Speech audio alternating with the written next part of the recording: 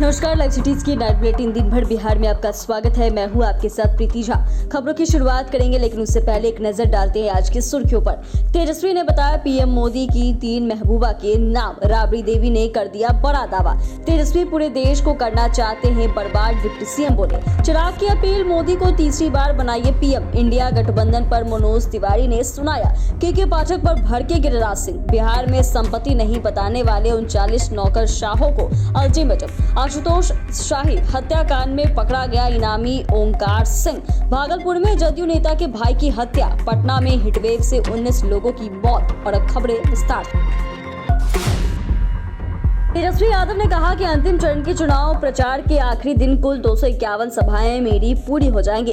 इस बार देश में इंडी गठबंधन की सरकार बनने जा रही है। हम लोग 300 सीटें पार कर चुके हैं। नरेंद्र मोदी को उनकी ही 3 महबूबा चुनाव हरवा रही है। नरेंद्र मोदी अपनी तीनों महबूबा से सबसे अधिक प्यार करते हैं। उनकी पहली महबूबा बेरोजगारी है, दूसरी महबूबा गरीबी और तीसरी महबूबा महंगाई है। ये तीनों महबूबा मिलकर नरेंद्र मोदी को चुनाव हरवा रही है। तेजस्वी यादव ने कहा कि जब से हमने कहा है कि हमारे चाचा कोई बड़ा निर्णय ले सकते हैं, तब से वह प्रचार में नहीं निकले हैं। ये बता रही है कि 4 जून के बाद कुछ बड़ा होने वाला है। राबड़ी देवी ने पीएम मोदी को जवाब दिया है। पीएम मोदी की धमकी और गिदर भभकी से हम डरने वाले नहीं हैं। उनको जो बोलना है बोलते रहे। हम लोग उनकी बातों पर अधिक ध्यान नहीं देते हैं। मामला कोर्ट में है, कोर्ट से जो फैसला आएगा वह देखा जाएगा। हम लोग किसी के कहने या धमकी देने से डरने वाले लोग नहीं है। आरजेडी किसी से डरने वाली पार्टी नहीं है। उधर भाजपा की तरफ से 400 पार के दावों का जवाब देते हुए उन्होंने कहा कि वह लोग 400 तो पार नहीं कर पाएंगे, लेकिन इंडिया अलायंस इस बार 300 पार सीट जरूर हासिल करेगी।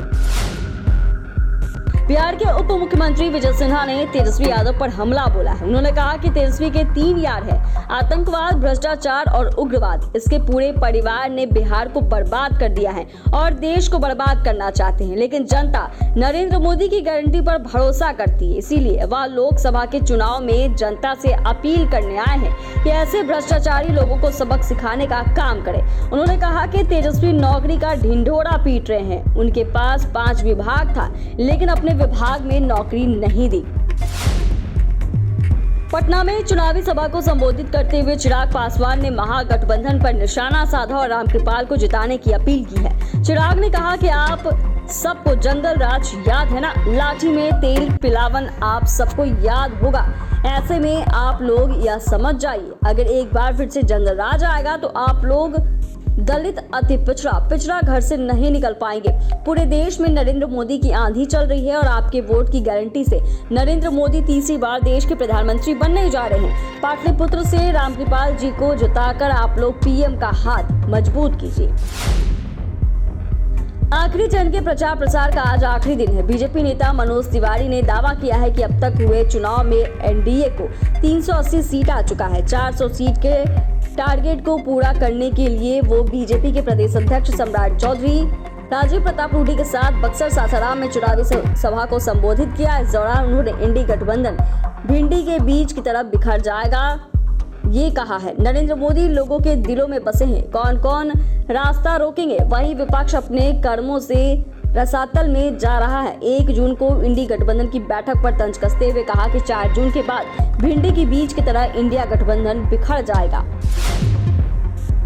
गिरिराज सिंह ने शिक्षकों के मसले को लेकर शिक्षा विभाग पर जमकर निशाना साधा है। गिरिराज सिंह ने कहा कि ऐसा लगता है कि शिक्षा विभाग में कोई व्यक्ति नहीं है जिसमें संवेदना हो। तुगलकी कानून चलाया जा रहा है, इससे राज्य सरकार की छवि को नुकसान हो रहा है। उन्होंने कहा कि जब स्कूल बंद है फिर शिक्षकों को क्यों बुलाया जा रहा है। उन्होंने के पाठक पर हमला बोलते हुए कहा कि शिक्षा विभाग रोबोट की तरह चला रहा है।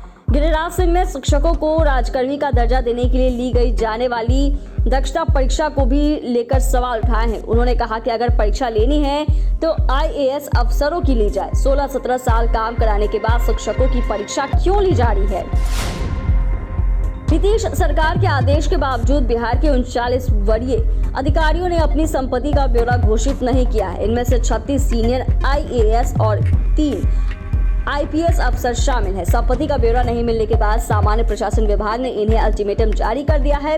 संपत्ति की जानकारी 15 फरवरी तक ही देनी थी। प्रावधान के अनुसार संपत्ति का ब्यौरा सार्वजनिक नहीं करने की स्थिति में उनके वेतन से कटौती समेत प्रशासनिक कार्रवाई करने का नियम है।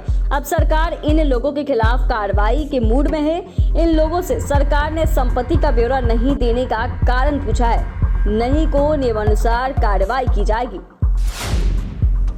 आशुतोष शाही हत्याकांड मामले में बिहार के कुख्यात ओंकार सिंह अब पुलिस गिरफ्त में आ चुके हैं। घटना के करीब 10 महीने के बाद पूरी घटना का मास्टरमाइंड रंजय उर्फ ओंकार सिंह को बिहार STF ने मुजफ्फरपुर के मुशहरी थाना क्षेत्र से गिरफ्तार किया है। इससे पहले यह घटना में शामिल मुख्य शूटर गोविंद मंटू शर्मा पहले ही पुलिस के गिरफ्त में चढ़ चुका है। वहीं अब इसके मास्टरमाइंड और 3 लाख का इनामी ओंकार की गिरफ्तारी कहीं न कहीं पुलिस के लिए बड़ी सफलता मानी जा रही है। फिलहाल ये मामला CID देख रही है। भागलपुर में अज्ञात अपराधियों ने कुल्हाड़ी से मारकर जदयू जिला सचिव के भाई की हत्या कर दी। घटना के बाद परिवार वालों के बीच हड़कंप मच गया है। सभी का रो कर बुरा हाल है। पुलिस मौके पर पहुंचकर आगे की कार्रवाई में जुट गई है। वही घटना को लेकर मृतक की पत्नी का कहना है कि कल देर रात से गायब था। हमने काफी खोजबीन की लेकिन उसका कुछ पता नहीं चला। ऐसे में आज सूचना मिली थी कि थाने में महज कुछ ही दूरी पर उसकी हत्या कर दी गई है। बिहार में हीटवेव से बीते 24 घंटे में 19 लोगों की जान चली गई है। मरने वालों में दरोगा, हवलदार, होमगार्ड जवान और शिक्षक भी शामिल हैं। प्रदेश के 8 जिलों में ये मौतें हुई हैं। सीवियर हीटवेव आज भी अलर्ट है। गर्मी का प्रकोप 1 जून तक जारी रहेगा। ऐसे में हीटवेव को लेकर स्वास्थ्य विभाग ने आम लोगों के लिए परामर्श जारी किया है। स्वास्थ्य विभाग द्वारा जारी परामर्श के अनुसार लोगों को लगातार हाइड्रेट बने रहने की सलाह दी जा रही है। स्वास्थ्य विभाग ने भीषण गर्मी के दौरान लोगों को 10 बजे के बाद घरों से बाहर नहीं निकलने की चेतावनी दी है। चैनल को सब्सक्राइब करें, फेसबुक पेज को लाइक करें। धन्यवाद।